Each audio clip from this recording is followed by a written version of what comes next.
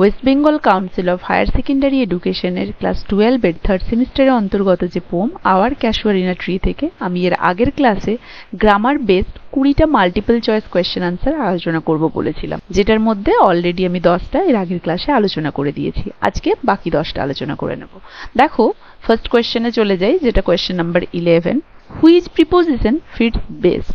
দেখো এই যে সেন্টেন্সটা দিয়েছে, he sat dash the tree for hours, এই চারটির মধ্যে কোন প্রিপোজিশনটা বেস্ট হবে এখানে? At, in, under, over. Obviously আন্ডারটাই এখানে বেস্ট হবে, ওভার তো হবে না, কারণ ওভার আমরা বোঝাই মুভমেন্টকে, ওপরের কোনো মুভমেন্টকে বোঝাতে ওভার হয়। অ্যাটও হবে না, আর ইন তো হবেই না। So answer will be C, right option C.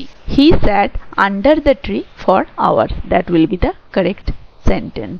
Next question, what is the tense of unknown yet well known to the eye of faith? এই যে সেন্টেন্সটা রয়েছে কবিতা থেকে, এটার টেন্স কি?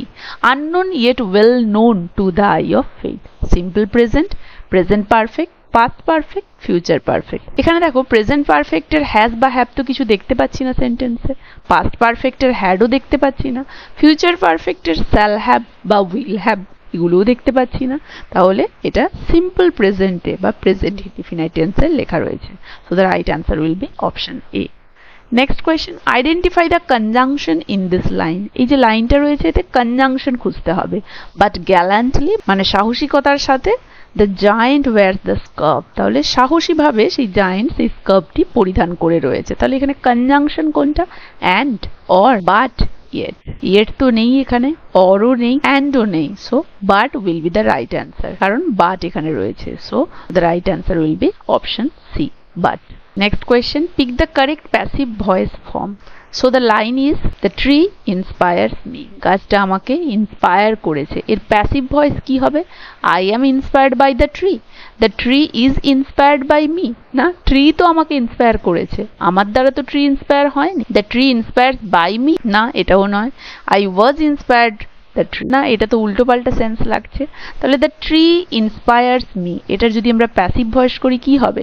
ফার্স্টে দেখো অবজেক্ট কি এখানে আছে? মি, তাহলে মিটা ফার্স্টে আই হয়ে যাবে, তাই তো? কারণ আমরা ভয়েস চেঞ্জের ক্ষেত্রে সাবজেক্টকে অবজেক্ট করি, অবজেক্টকে সাবজেক্ট করি। তারপরে কি আছে? ভার্ব আছে। ভার্ব কিসে রয়েছে? প্রেজেন্ট টেন্সে। ট্রি ইন্সপায়ার্স আছে, তাহলে আই আছে মানে বি ভার্ব হিসেবে অ্যাম হবে। তাহলে আই অ্যাম, তাহলে মেন ভার্বের থার্ড ফর্ম হবে ইন্সপায়ার্ড, আই এম ইন্সপায়ার্ড। তাহলে আই এম ইন্সপায়ার্ড আর বেশি দূর যাওয়ারই দরকার নেই, দেখো ফার্স্ট সেন্টেন্সে রয়েছে। তারপরে বাই বসবে, তারপরে দ্য ট্রি, আমি ট্রির দ্বারা ইন্সপায়ার্ড হয়েছি। So the right answer will be option A, যেহেতু ভয়েস চেঞ্জের নিয়ম ফলো করেছে option A. So right answer will be I am inspired by the tree. Next question, identify the gerund. Gerund কি? Verb plus ING, ভার্বের সাথে ING যুক্ত হয়ে যখন সেটা নাউনের কাজ করবে কোনো সেন্টেন্সে, সেটাকে আমরা জেরান্ড বলবো। তাহলে দেখো gazing upon the tree fills me with joy, এখানে কোন ওয়ার্ডটা জেরান্ড? এখানে জেরান্ড কোনটা? গেজিং আপন ট্রি ফিলস। আমি কি বলেছিলাম? জেরান্ড মানে হচ্ছে ভার্ব প্লাস আইএনজি। তাহলে আইএনজি দিয়ে কোনো ওয়ার্ড থাকবে, আর আইএনজি দিয়ে একটাই ওয়ার্ড আমরা পাচ্ছি যেটা কিনা ফার্স্টে বসেছে, যেটা নাউনের কাজ করেছে, gazing. So option A will be the right answer, gazing, তাকিয়ে, গাছটার দিকে তাকিয়ে। Next question, which sentence is in the past perfect tense.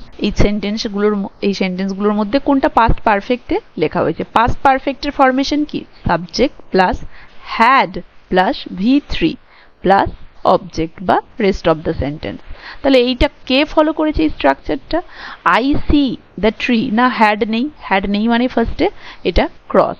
Next sentence কি বলেছে? I had seen the tree many Times, হ্যাঁ এখানে হ্যাড রয়েছে, সো এটা অবজার্ভে থাক। আই উইল ফিউচার, না এটা হবে না, কাটা। আই অ্যাম সিইং, অ্যাম আছে প্রেজেন্ট, সিইং কন্টিনিউয়াস, আইএনজি আছে, না এটাও হবে না। তাহলে রইল কি? I had seen the tree many times, আমি দেখেছি। তাহলে I subject, had V3, see এর third form the tree many times object. So option B will be the right answer. Option বিটা এখানে পাস্ট পারফেক্ট টেন্সে লেখা রয়েছে। তাই সবসময় টেন্সের ক্ষেত্রে স্ট্রাকচারগুলো মনে রাখবে, এটা খুবই জরুরি। What is the plural form of চোর? চোরের প্লুরাল ফর্ম কি? অবভিয়াসলি চোরস, ফার্স্টেই পেয়েছি। নো এটাও হবে না, চোরস। নো চোরডিস তো হবেই না, আর এটাও হবে না। So option A will be the right answer, চোর। Next question, identify the correct pronoun. দেখো এখানে প্রোনাউন হবে না, কথাটা হবে option. So the tree reminds me of dash childhood. এই অপশনগুলোর মধ্যে কোনটা তাহলে ড্যাশে বসবে? Mine, me, my, I. দেখো চাইল্ডহুডটা এখানে নাউন রয়েছে, তাহলে নাউনের আগে যেটা বসবে সেটা অ্যাডজেক্টিভ হতে হবে। তাহলে মাইনটা এখানে হবে না, কারণ মাইনটা হচ্ছে পজেসিভ প্রোনাউন। মিটাও প্রোনাউন, প্রোনাউন তো হবে না, কারণ নাউনের আগেই তো আর প্রোনাউন দেওয়া যায় না। My, my will be the right answer, কারণ মাইটা হচ্ছে পজেসিভ অ্যাডজেক্টিভ। তাহলে নাউনের আগে অ্যাডজেক্টিভ বসতে পারে নাউনকে মডিফাই করার জন্য, আর আইটা তো হবেই না, আইটাও প্রোনাউন। তাহলে একমাত্র এখানে অ্যাডজেক্টিভ বসতে পারে, কারণ চাইল্ডহুড যদি নাউন হয়, নাউনকে মডিফাই করতে তার সামনে যখন কিছু বসে সেটা অ্যাডজেক্টিভ হয়। সো বাকি তিনটেই প্রোনাউন, মাইটা একমাত্র অ্যাডজেক্টিভ এবং মাইটা পজিটিভ অ্যাডজেক্টিভ। তাই এখানে right answer will be my. So the tree reminds me of my childhood. যদি আমরা টেক্সচুয়ালিও দেখতে যাই তাহলেও দেখবো কবিতায় রয়েছে my childhood. So option C will be the right answer. Next, find the correct adjective usage. তাহলে কোন অ্যাডজেক্টিভটা এখানে ঠিকঠাক ব্যবহার করা যাবে?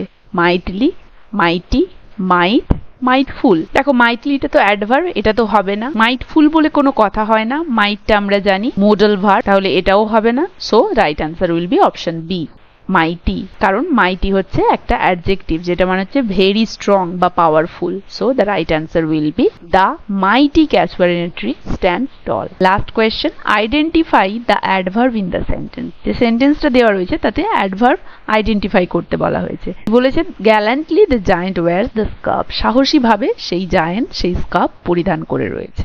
অপশনস কি কি আছে? গ্যালান্টলি, জায়ান্ট, ওয়্যারস, স্কার্ফ। না, জায়ান্ট তো এখানে নাউন, সাবজেক্ট কর্তা যে কাজটা করছে। ওয়্যারস তো ভার্ব, কারণ ওয়্যারস এর দ্বারা আমরা এখানে বুঝতে পারছি পরিধান করা। আর স্কার্ফ, স্কার্ফও এখানে একটা নাউন যেটা কিনা অবজেক্ট হিসেবে ইউজ হয়েছে। সো গ্যালান্টলি এলওয়াই রয়েছে এবং এটা বোঝাচ্ছে যে কিভাবে, সাহসী ভাবে। So gallantly will be the right answer, adverb of manner. So right answer will be option A. আর এর সাথেই আমাদের ক্যাসুয়ারিনা ট্রি থেকে গ্রামার বেস যে 20 মাল্টিপল চয়েস কোয়েশ্চেন আনসার আলোচনা করা ছিল সেটা কমপ্লিট হলো। আশা করি ভিডিওটা তোমাদের সবার পরীক্ষার প্রস্তুতিতে খুবই হেল্পফুল হবে, তাই কেউ মিস করবে না। কার কেমন লাগলো কমেন্ট করে জানাবে অবশ্যই। ভালো লাগলে একটা লাইক আর শেয়ার করে দেবে। আর যারা যারা আমার চ্যানেলটা সাবস্ক্রাইব করোনি, কাইন্ডলি আমার চ্যানেলটা সাবস্ক্রাইব করে দেবে। দেখা হচ্ছে এর পরের ক্লাসে আরো গুরুত্বপূর্ণ কিছু এমসিকিউজ নিয়ে।